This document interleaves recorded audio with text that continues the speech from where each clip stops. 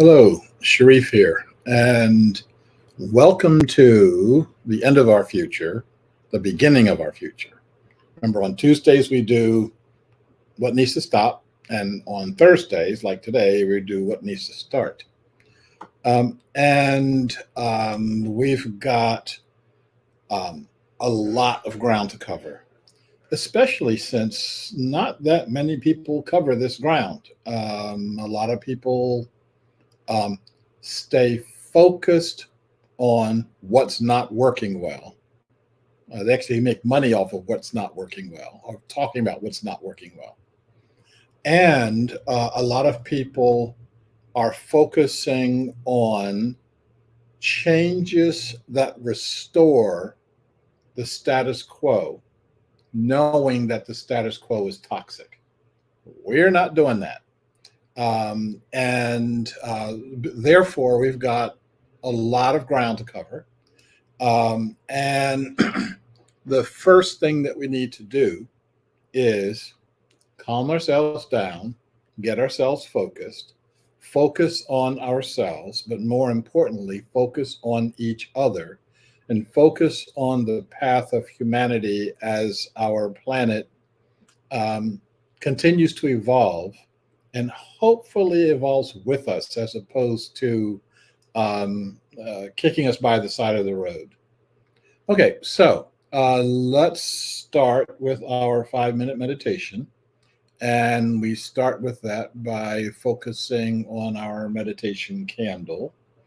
Um, and I'm going to invite you to take a coordinated breath with me and with all others or on this live stream, because we're trying to coordinate our consciousness, our beingness, across space and across time. So, to the extent that you're comfortable, close your eyes, and I will invite you to take a deep breath and let it out audibly. Take another deep breath.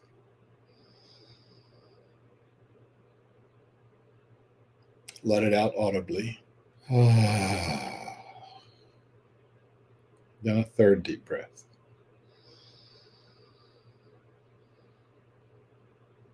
Let it out.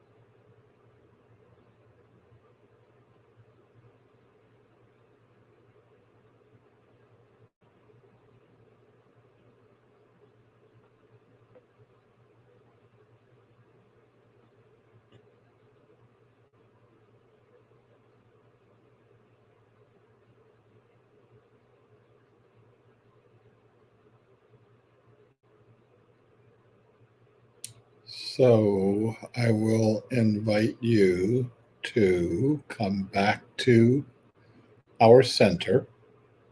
Open your eyes if you have them closed, and let's begin. Um, this is one of those where do you start moments? How do you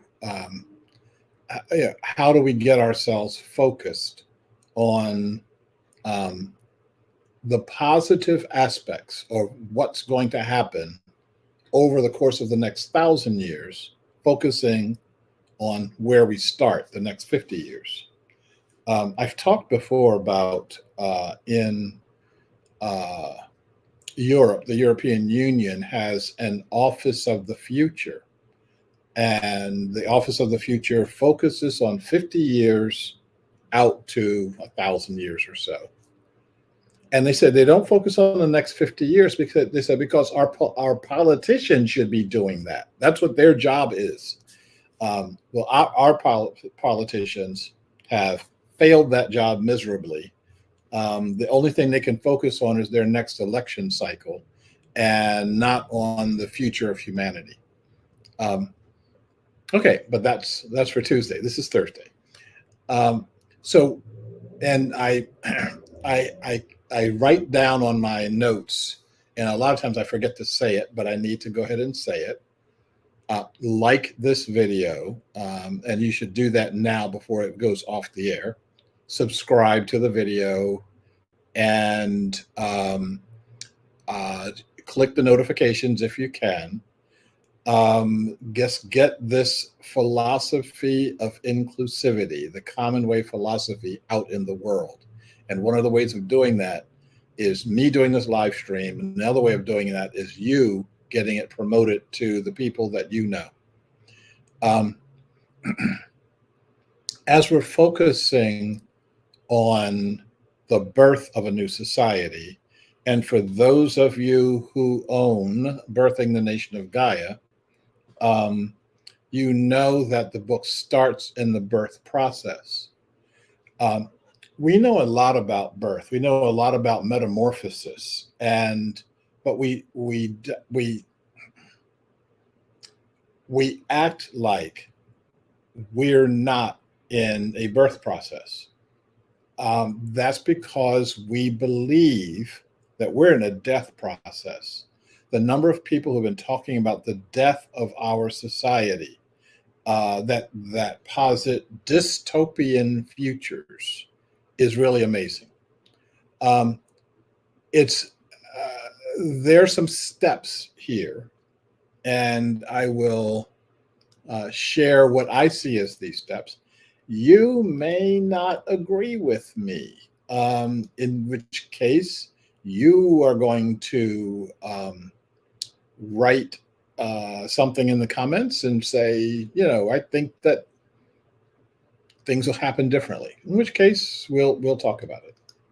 Okay, but so if we're in a birth process, the question is, how long does this labor last? For those of you who have been in labor before, or your loved one has been in labor, you know that it can seem like it goes on for days and days. For some women, it goes on for days and days. But when we're thinking about societal labor, is this going to, it's not going to be 8 or 10 hours. It's not even going to be 8 or 10 days. It's going to be a few years, and it will have some of the same elements that labor has, that human labor has. I should say human, that living being labor has. It starts when it's time, and you can't start it early, and you can't hold it back. It's over when it's over, and there's going to be a point where you say, "Oh, it's over. generally when you see that there's a baby, um, this process is not under anyone's control. For most of the women that I've talked to who have been in the process, they've said if they could have stopped it, if they could hit a pause button, they would have done so. You know, even give me 10 minutes, give me an hour, I need to catch my breath, etc. It's like, no, this process is going to happen until it happens. The process is unpleasant. And I was thinking about that word. That's why I put it in quotes when I was writing this slide, because unpleasant is a amazingly gross understatement. It is an amazingly unpleasant process. There are things that can't even make it worse, I think. And I'm not going to go through it. If you've read the book, you know what I'm talking about. If you've seen a birth, you know what I'm talking about. The process seems like death. And in the book, The Nation of Gaia, I talk a lot about that this is a process that is, if you don't know that you're pregnant, you think that you're dying. If you know that you're pregnant, you ignore all these symptoms that you're getting, and you put up with the pain, you put up with the unpleasantness, you put up with the drippy, messy, yucky parts of it, and then you get a baby. Okay.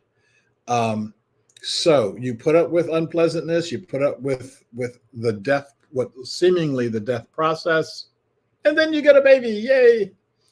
And there's even more yucky stuff after that.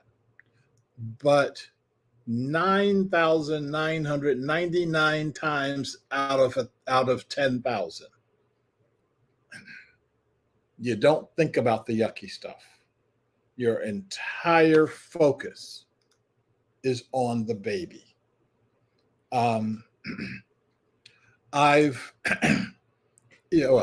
We have all seen the videos of the women who have just had their baby. The baby's covered with all the yucky stuff. Where'd my cursor go? I can't find my cursor. My cursor has deserted me.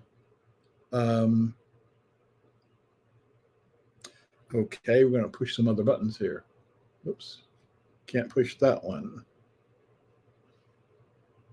Okay. Well, I am. That's not the button I was looking for, but it worked. So you've seen the pictures of the women who have been, they're drenched in sweat. They've got, the baby looks like it's been through a meat grinder. It's red. It's got yucky stuff on it. And this woman is crying from joy because she has had her baby, and she's looking at this baby as though it is the divine, because it is. Those of us who talk about, well, she's releasing endorphins and the oxytocin levels of her, the dopamine levels, you're missing the point. Breaker Society wants you to miss this point.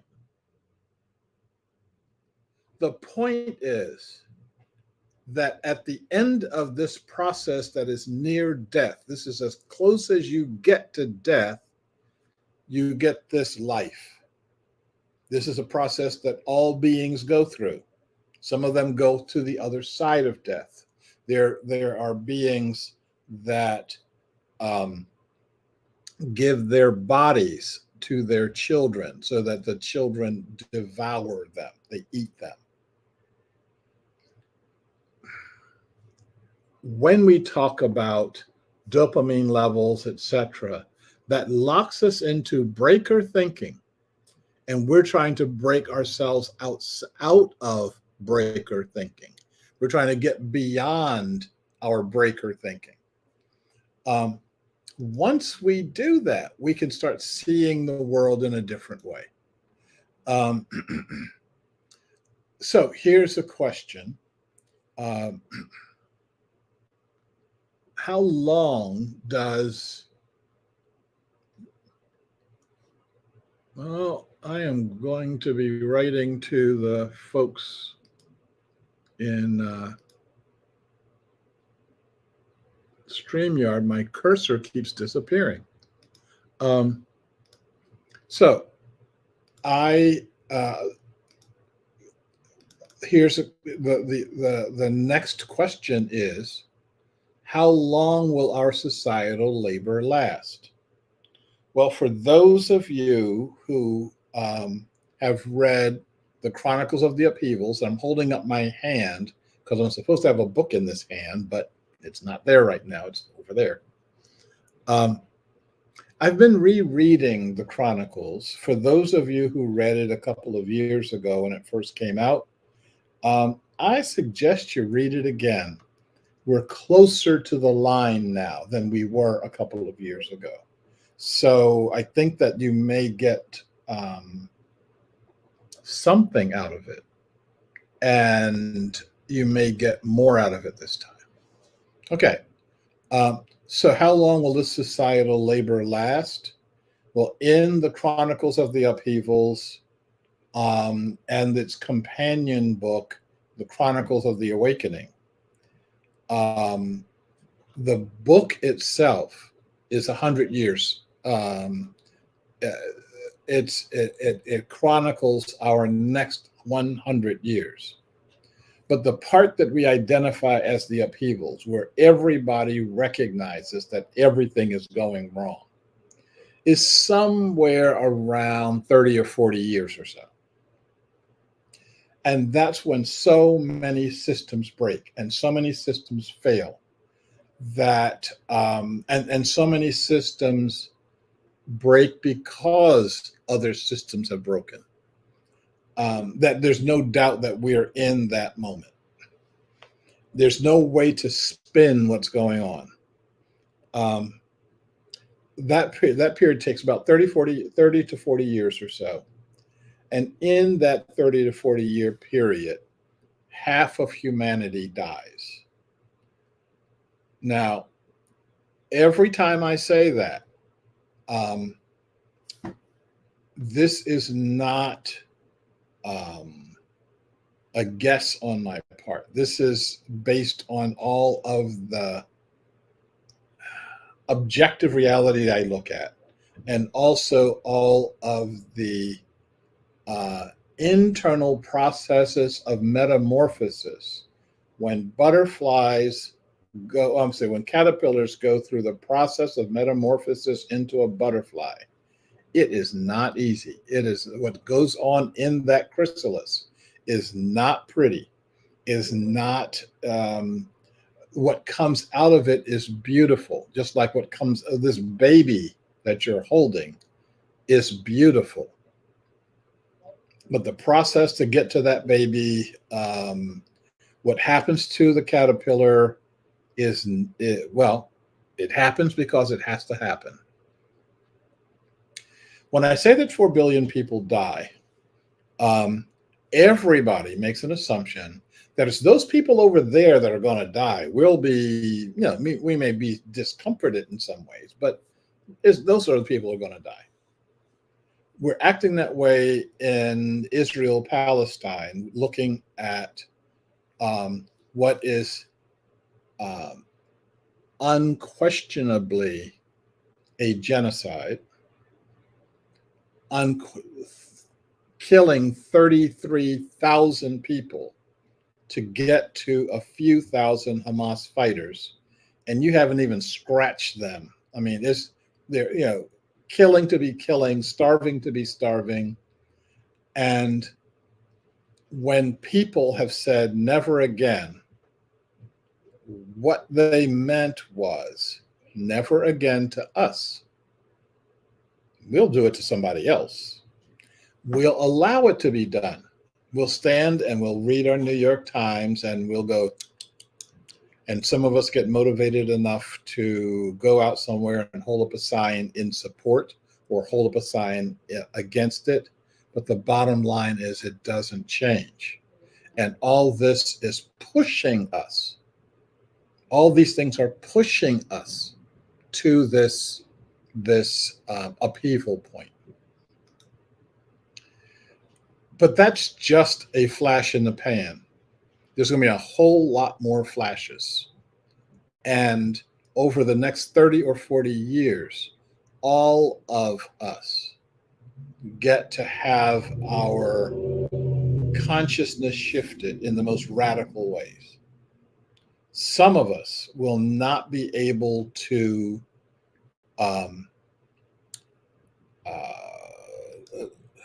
survive the shift. We will not allow ourselves to see how that shift actually works. We will close our eyes and let the wave engulf us, or we will blame somebody else, but we're not going to see, and we're not going to be able to see what's actually happening. Again, some of you have heard me talk about the situation that I observed when I was down in Argentina some years ago. That people, just like us, comfortably middle class, comfortably solid people. You go to the bank to get some spending money out for the weekend, and the bank takes the ATM machine takes your card and takes it forever because all the money in the bank disappears. Now, when that happens, some of us, and I've talked to us, are, well, I've got money, over here. I've got gold over there. I've got Bitcoins somewhere in cyberspace. And the challenge is, what happens when that runs out? Those are delaying tactics. What happens when that runs out? Well, what happens is you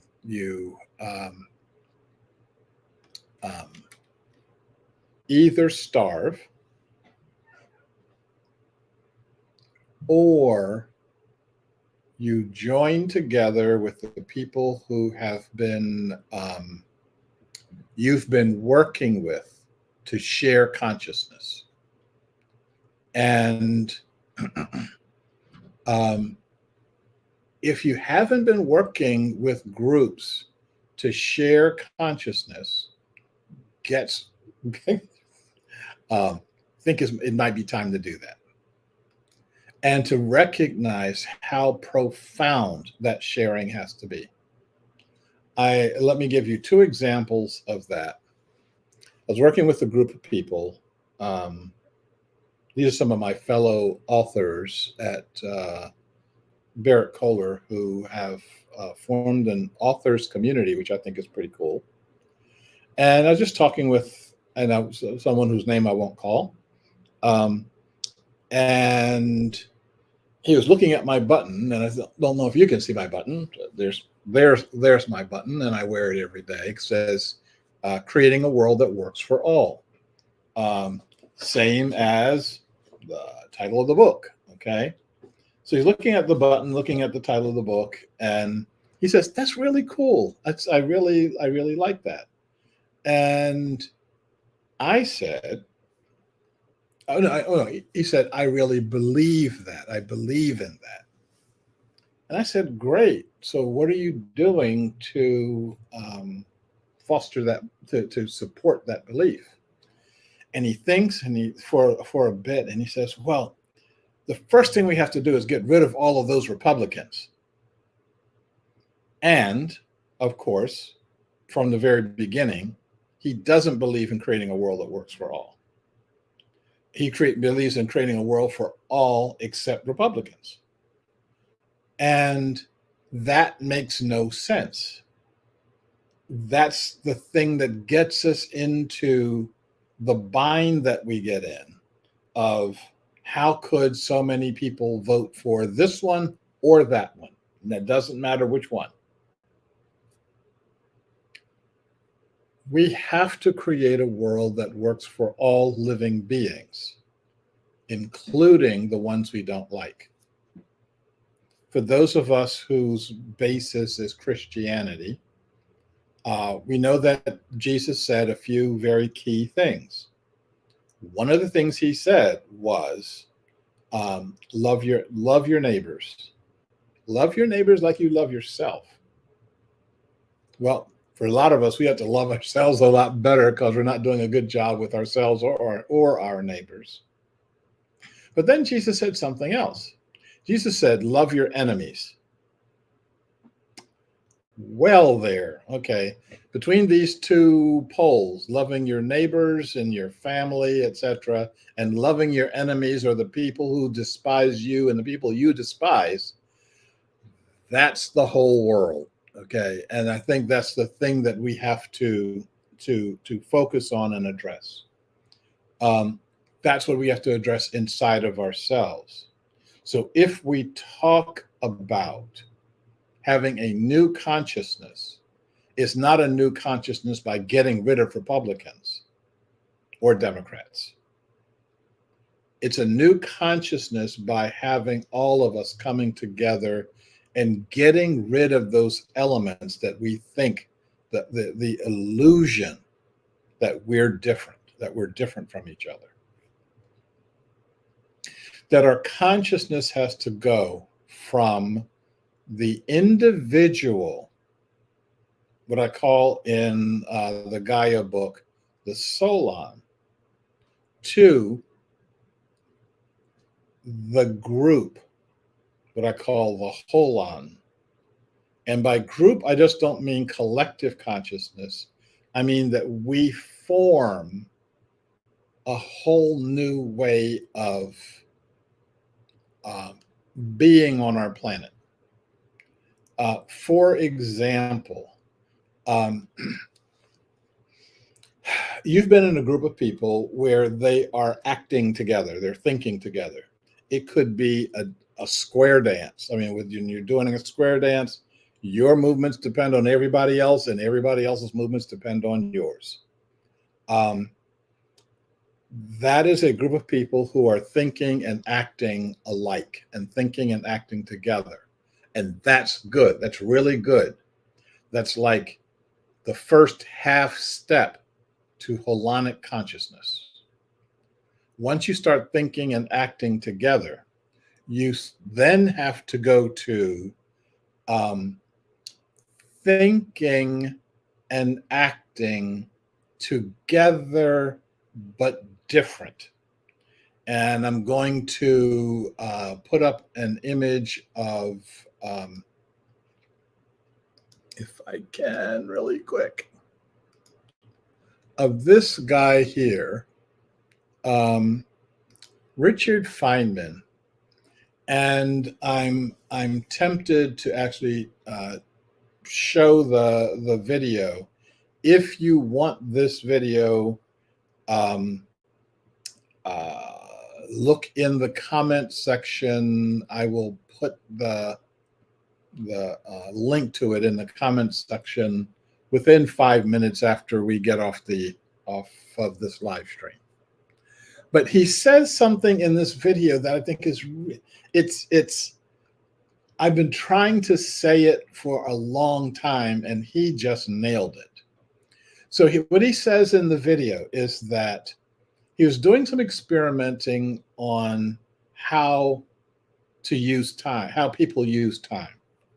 And his experiment was on himself, and the experiment was very simple. He counted up to 1 minute.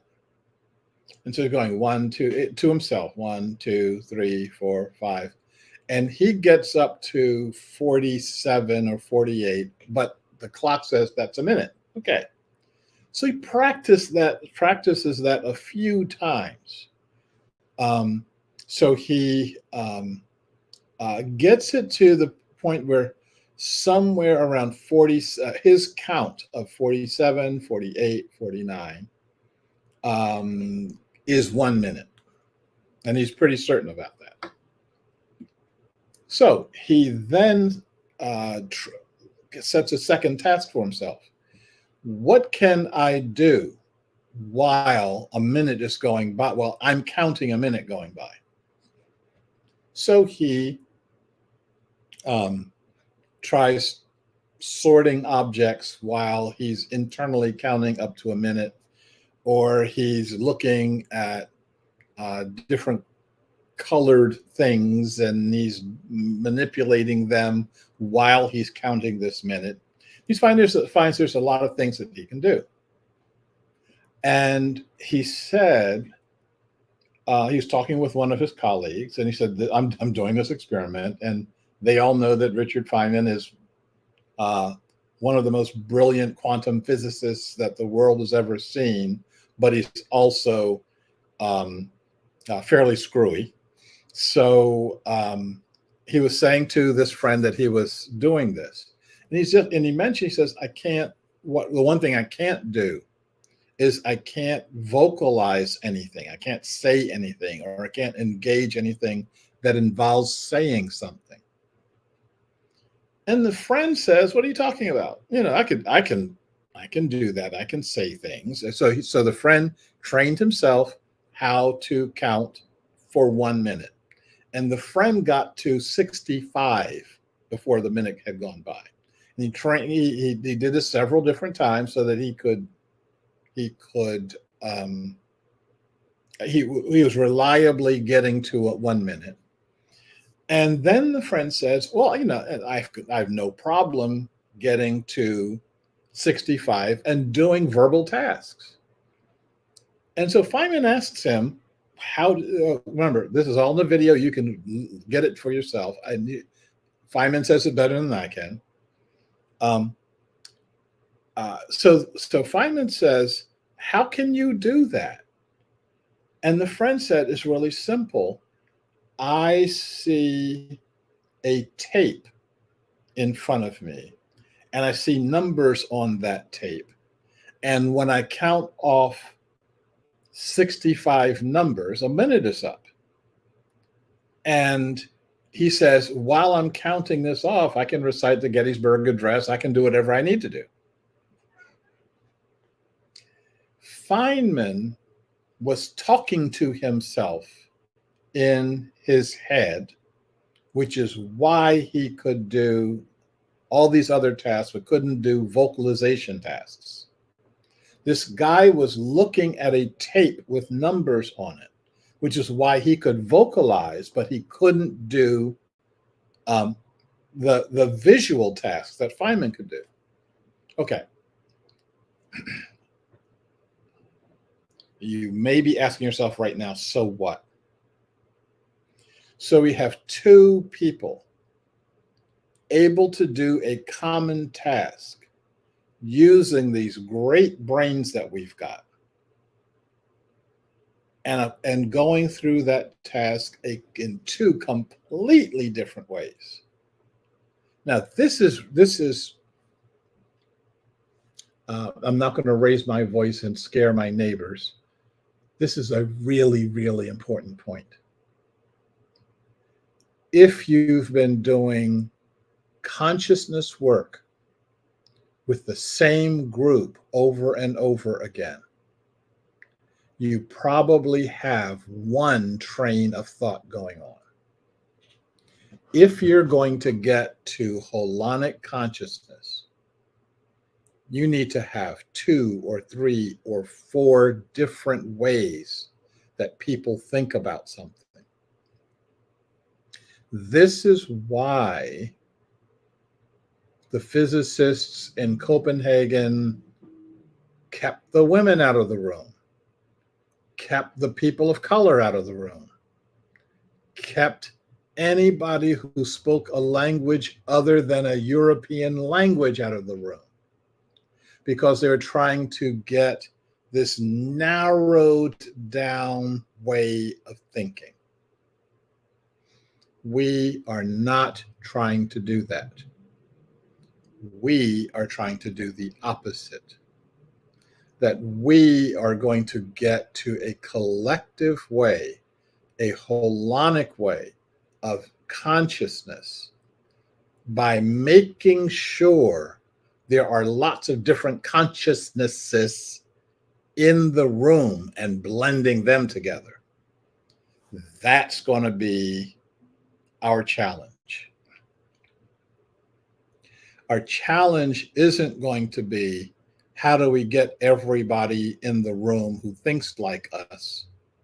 Our challenge is going to be how do we get everyone in the room who's affected by the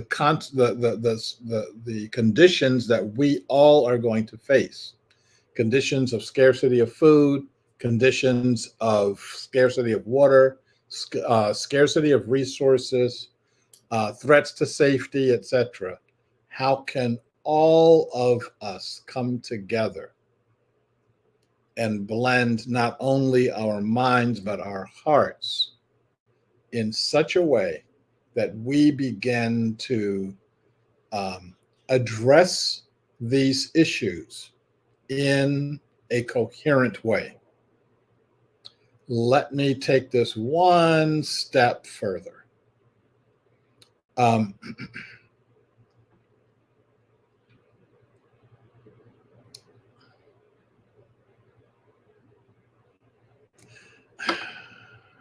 Well, what I'm thinking of is I had another example, and okay, we're over time anyway, so let me say the second example, and then let me get to what the great start looks like, okay?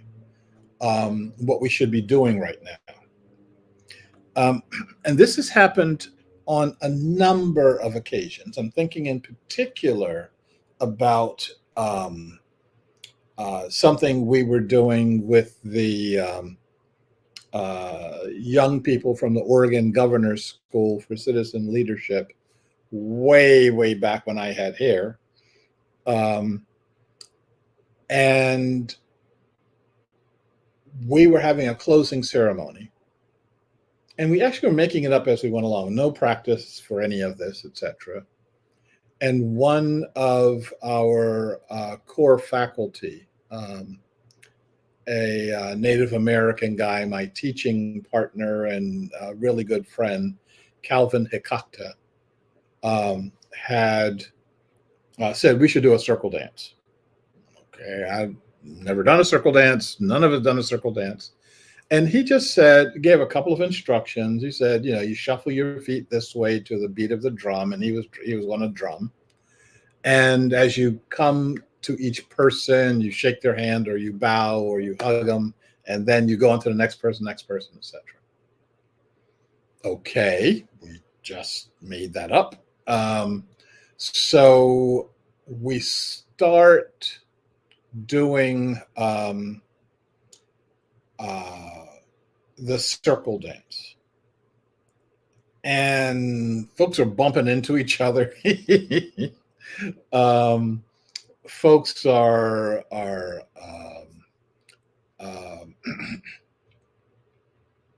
not getting the movements right. And then it just kind of went click, and we all start moving to this drum beat. And Calvin was singing to the drum beat. And all of us start singing with Calvin. We were all singing these words in Northern Paiute that we had never heard before. And we're chanting and we're moving, and we're looking around like, how are we doing that? And as soon as we went to that place, how am I doing that? It stopped. And people started asking me, what were we just saying? And as soon as they asked me that, I forgot what we were saying. I couldn't do it anymore. And I just said, move your feet and it'll come back. And so we started moving our feet and it came back. And so our our challenge was, can I stay out of my breaker consciousness long enough for this keeper consciousness to connect? I see a comment over here, and getting live comments is really good. So I'm going to put this up by doing something here, pushing the right button. This is from Brian Curtis. Hello, Brian. And he says, all you have to do is start creating things together. When you're trying to sell things to each other, there's scarcity. Group development is all about co-creating. So I'm gonna break that into 3 comments. All you have to do is start creating things together. Yes, but it ain't that simple. Number 2, when you're trying to sell things to each other, there's scarcity. Yes, sort of.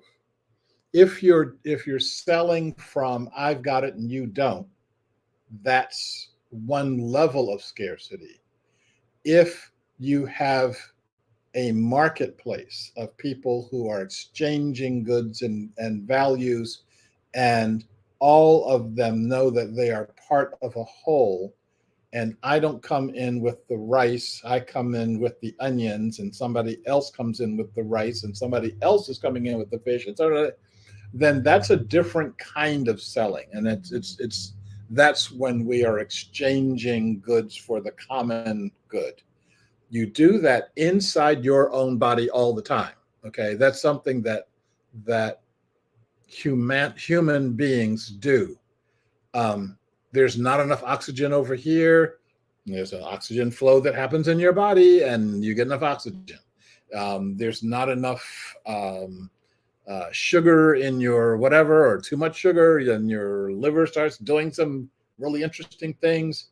And the great thing about it is you don't have to think about that at any point in time. Your body operates holonically. So the last thing that Brian says is group development is all about co-creating. I'm going to say yes, and it's all about co-creating. It's also about co-absorbing. It's also about co-producing. It's also about co-consuming. All of the things that keep us alive are all of the things that keep us in the holonic flow of life, growth, sustaining, death. It's all a flow. And when we recognize that we are an integral part of that flow, we start seeing things in the holonic way. Until we start seeing that, we can start getting twitchy about any part of it. And one of the last things I'm going to be saying, since we're over time by a bit,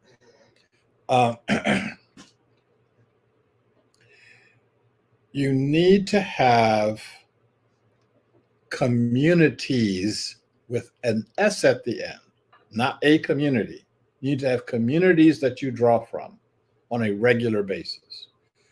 Communities that you, as Brian would say, co-create with, but communities that you also co-consume with, communities that you also co-produce with. And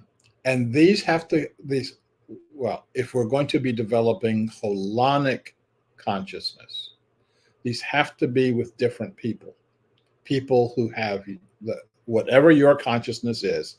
And using Feynman's example, it may be a vocal way of thinking, but people who also have a practical, concrete way of thinking, people who have a visual way of thinking. It Once all of us get there, we can start the process of opening the door to latent powers. And I have a whole appendix in here talking about the latent powers that are ready for us to develop as soon as we get to the critical threshold of enough beings, human beings, and other beings, enough of us sharing our consciousness with each other. And another story just came up, and I'm gonna do this one other story, and I'm going to call it an evening here. And getting ourselves past all of the ways that breakers want to divide us. I may have said this in one of the prior videos, and if I did, then you'll hear it again. And if I didn't, then you'll hear it for the first time. I was in somewhere where probably Atlanta, where my youngest daughter was at the time, visiting her. And she thought I looked too fat. So she said, we're going to go to the gym tomorrow. So I went to the gym, and the majority of the people who were working out at the gym were African American. I'd say by about 70 to 80%. There were a number of whites in the gym. And in the locker room, the black guys were trash talking, not to the white guys, but about the white guys. And they were doing that. They were saying some amazingly negative, amazingly hurtful things about white people.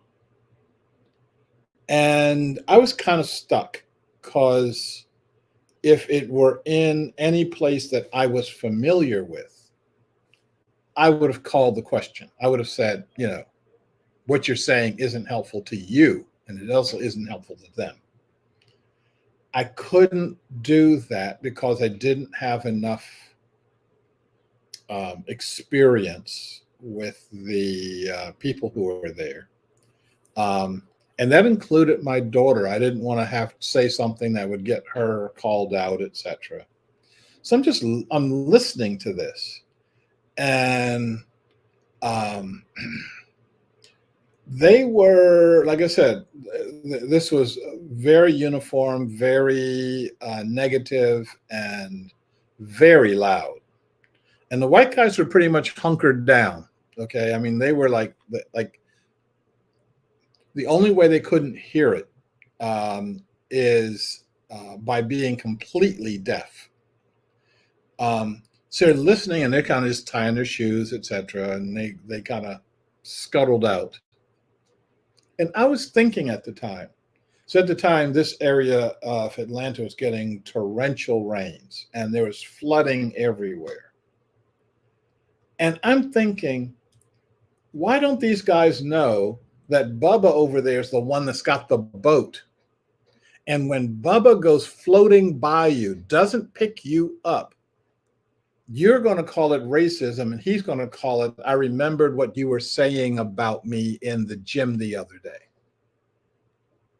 That what we have to do is act like we're on this planet together, and we don't have to act like we like each other. We have to act like we love each other.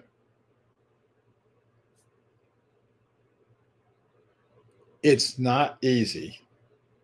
There are lots of times that I have a whole set of conversation I want to have with a person in my head, and then I change it when I remember I have a commandment, and my commandment is to love that guy whether I like him or not. And once we can get there with each other, then we can start seeing some changes on our planet that we need.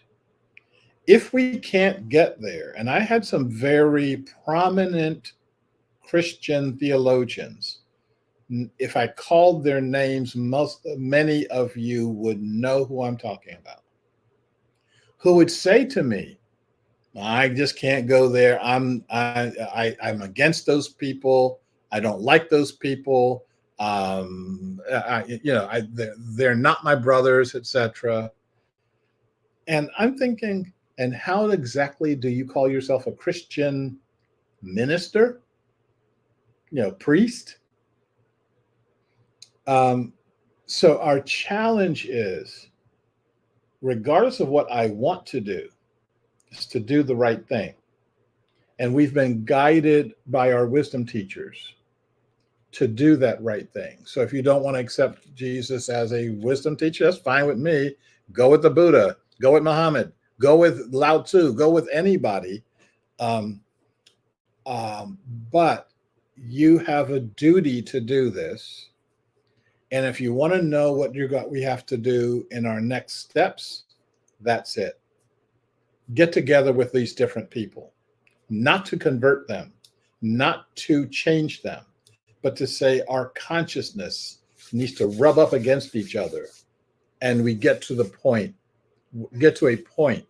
where our consciousness grows larger than me and larger than them. Okay. Let's this has been a lot, but I think that it's really important. This is what's happening in not the next 50 years, not the next 50 months, not even the next 50 weeks. This is what's happening right now.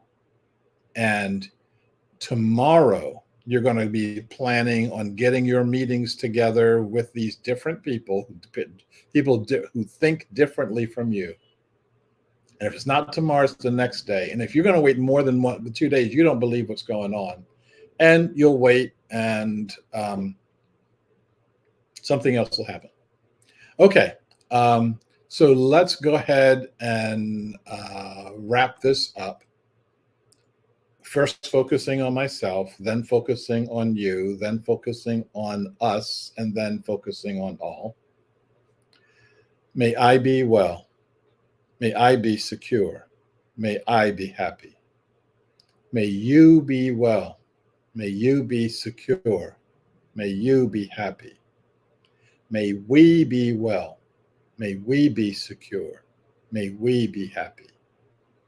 May all beings be well. May all beings be secure. May all beings be happy. Look forward to talking to you in a few days on Tuesday, where we go into the next 100 to 200 years. What that's actually going to look like, and what we can do to make that happen. Thanks a lot. Talk to you later. Bye.